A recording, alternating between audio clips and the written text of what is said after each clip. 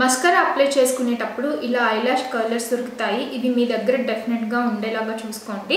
So first దీంతో మనం ఏం చేస్తామంటే ఐలాష్ని కర్ల్ చేస్తాము. ఆ తర్వాత మస్కరా అప్లై చేసుకుంటే మనకి ఐలాషెస్ మనం కర్ల్ చేసిన షేప్లో ఎక్కువసేపు స్టే అవ్వడానికి హెల్ప్ అవుతుంది. సో ఫస్ట్ ఏంటంటే ఇట్లాగా ఐలాషెస్ని కర్ల్ చేస్తాము. ఒక 10 సెకండ్స్ మీరు లెక్క పెట్టుకుని 10 సెకండ్స్ వెయిట్ చేయండి. సో మీ దగ్గర ఉన్న మస్కారా ఏదైనా తీసుకోవచ్చు. నేను ఇవాళ నైకా వాళ్ళది సూపర్ లైట్ వెయిట్ మస్కారా తీసుకుంటున్నాను. మిగతా అన్ని ప్రోడక్ట్స్ లాగానే ఇక్కడ మనకి ఎక్సెస్ ఉంటుంది. సో ఆ ఎక్సెస్ని రిమూవ్ చేసి మస్కారా అప్లై చేసుకునేటప్పుడు మనం ఐలాషెస్ లోపల రూట్స్ నుంచి అప్లై చేసుకోవాలి.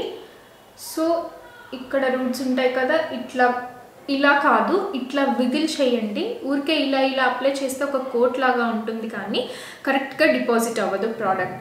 సో ఇట్లా పట్టుకుని ఇట్లా విగిల్ చేయాలి వాండ్ని. చూసారు కదా ఇలా. నెక్స్ట్ ఇట్లా కర్ల్ చేయండి.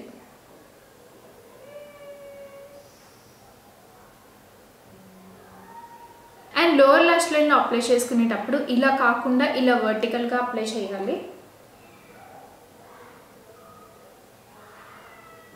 చూసారా ఎంత నీట్గా అప్లై అయిందో. సో మస్కరా అప్లై చేసుకోవడం చాలా ఈజీ.